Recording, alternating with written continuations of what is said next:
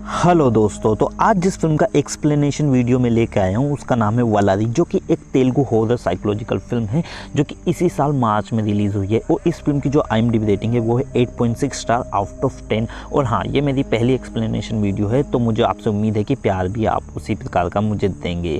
तो बिना किसी देरी के हम चलते हैं वीडियो की तरफ।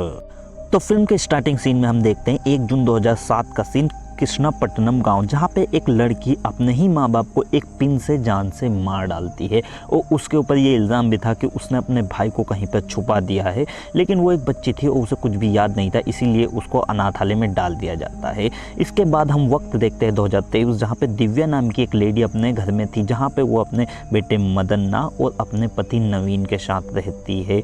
नवीन पेशे से एक नेवी ऑफिसर है जिसका कि ट्रांसफ़र इधर उधर होता रहता है।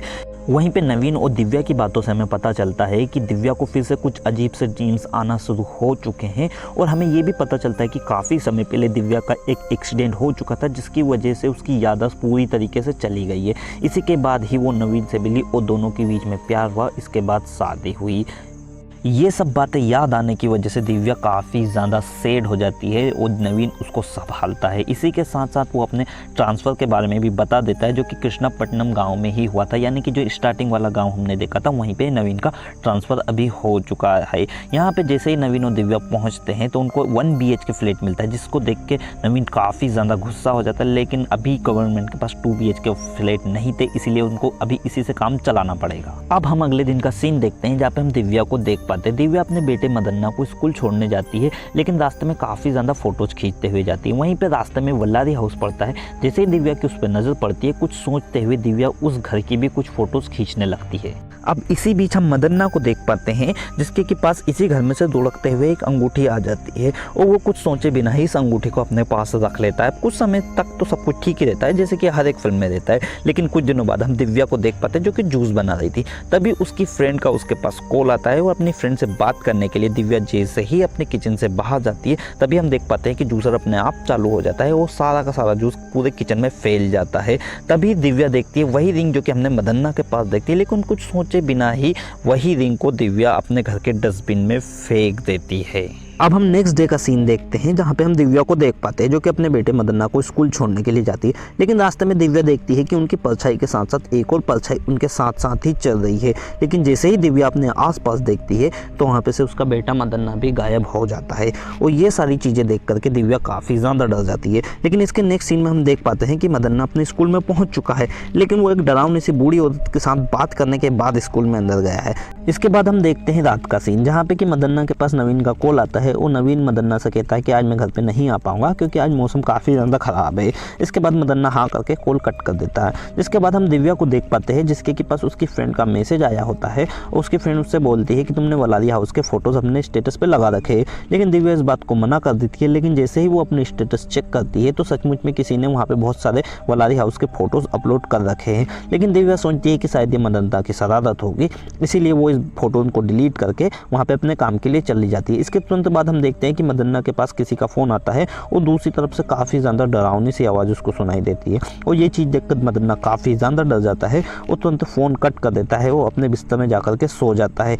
और जैसे ही वो सोता है, इसके बाद हम उसके मोबाइल फ़ोन को देख पाते हैं, जो कि अपने आप ही वल्लारी हाउस के फ़ोटोज़ को स्टेटस पे लगा रहा था। और ये काफ़ी ज़्यादा डरावना सीन था। हम अगले दिन दिव्या को देख पाते हैं, जो कि अपने फ़ोन को रिपेयर करवाने के लिए गई थी। लेकिन रास्ते में रिक्शा में उसको एक पिन मिलती है, जो कि उसी पिन की तरह थी जिसको शुरुआत में हमने देखा था उस लड़की के हाथ में, जिसने उसने अपने माँ बाप का कत्ल किया था।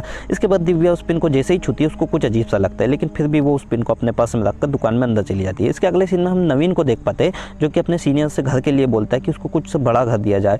लेकिन उसका सीनियर उसको बोलता है कि तुम आसपास में कोई रेंटल फ्लैट देख सकते हो। अगले सीन में हम दिव्या को देख पाते हैं, जो कि गाँव के किसी लेखपाल ऑफिस में गई थी वल्लारी हाउस के बारे में पता करने के लिए। जहाँ पे वो लेडी थी वो शुरुआत में तो दिव्या को मना कर देती है, लेकिन जैसे ही दिव्या उसको कुछ पैसे देती है तो वो लेडी मान जाती है और उसको बोलती है कि तुम 2 दिन दिन बाद आकर सब कुछ पता कर लेना। इससे हमें पता चलता है कि यहाँ पे भी घूस चलती है। इसके बाद के सीन में हम देखते हैं कि दिव्या अपने बेटे मदन्ना को वापस लेने के लिए जाती है, लेकिन रिक्शा के साइड मिरर में वो देखती है कि उसका बेटा उसके पास ही बैठा, लेकिन जैसे ही वो उसकी तरफ देखती है तो वो खून में लथपथ था। वो ये चीज़ देख कर डर जाती है, वो तेज चल जाती है, जिसकी वजह से उसका एक्सीडेंट हो जाता है। इसके बाद हम देखते हैं हॉस्पिटल का सीन, जहाँ पे हम दिव्या को देख पाते हैं, लेकिन जैसे उसकी आँख खुलती है तो उसके सामने उसका पति नवीन और उसका बेटा मदन्ना था।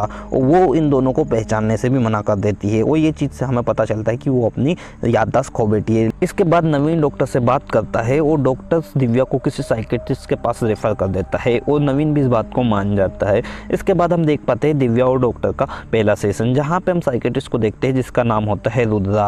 और जैसे ही रुद्रा दिव्या के पास आता है तो वो उसको दर्शनी कहकर बुलाता है, लेकिन दिव्या इस बात पे उसको करेक्ट करती है, वो अपना असली नाम बताती है, जिस पे रुद्रा कहता है कि वो तो सिर्फ तुम्हारी याददाश्त और मेमोरी को टेस्ट कर रहा था। अब हम नवीन और मदन्ना को देख पाते हैं, जहाँ पे कि नवीन ने तय किया था कि वो घर चेंज करेगा, क्योंकि उसने दिव्या के फ़ोन में वलारी हाउस की इमेजेस देख ली थी। तो वो वलारी हाउस में ही रहने का सोचता है, जो कि काफ़ी ज़्यादा अजीब बात थी, क्योंकि वलारी हाउस के बारे में वहाँ के लोगों का मानना था कि वो घर भूतिया था। लेकिन फिर भी नवीन किसी तरीके से उस आदमी का पता कर लेता है जिसके नाम पे वो वलारी हाउस था, और उसके पास पहुँच जाता है और उससे वहाँ पे रेंट से रहने के लिए भी बोलता है, जिसका नाम रामाचंद्र था। और रामाचंद्र भी इस बात के लिए मान जाता है और उसको भी वो भूत की बात से वॉर्न करता है। लेकिन नवीन को इन बातों से कोई फर्क नहीं पड़ता, क्योंकि वो इन बातों को नहीं मानता, इसलिए वो इग्नोर कर देता है। इसके बाद हम रुद्रा को देख पाते हैं, जो कि दिव्या के पास आया हुआ था, और वो दिव्या को फिर से दर्शनी कहकर बुलाता है, लेकिन दिव्या फिर से उसको करेक्ट करती है और उससे बोलती है कि मेरा नाम दिव्या है, जिस पे फिर से ही रुद्रा बोलता है कि मैं तो जस्ट तुम्हारी मेमोरी टेस्ट कर रहा था।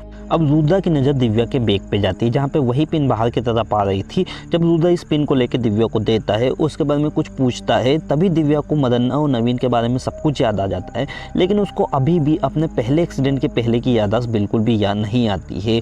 और ये चीज़ देख कर रुद्रा उसको कहता है कि भले उसकी याददाश्त वापस आ गई, लेकिन फिर भी दिव्या को एक दिन हफ्ते में उसके क्लिनिक पर आना ही होगा। और दिव्या की याददाश्त वापस आ गई तो नवीन भी काफ़ी ज़्यादा खुश हो जाता है, उसको डिस्चार्ज भी मिल जाता है। लेकिन जैसे ही दिव्या को वलारी हाउस में लेके जाता है तो अब क्या? तो क्या सचमुच में कुछ तार है, कुछ राज है जो कि वलारी हाउस के खुलने वाले, या फिर दिव्या का सिर्फ ये इमेजिनेशन है? इस सब को जानने के लिए आप मेरे चैनल को सब्सक्राइब कर सकते हैं, क्योंकि इसका अगला एक्सप्लेनेशन वीडियो मैं जल्दी ही लाने वाला हूँ, 1-2 दिनों में ही।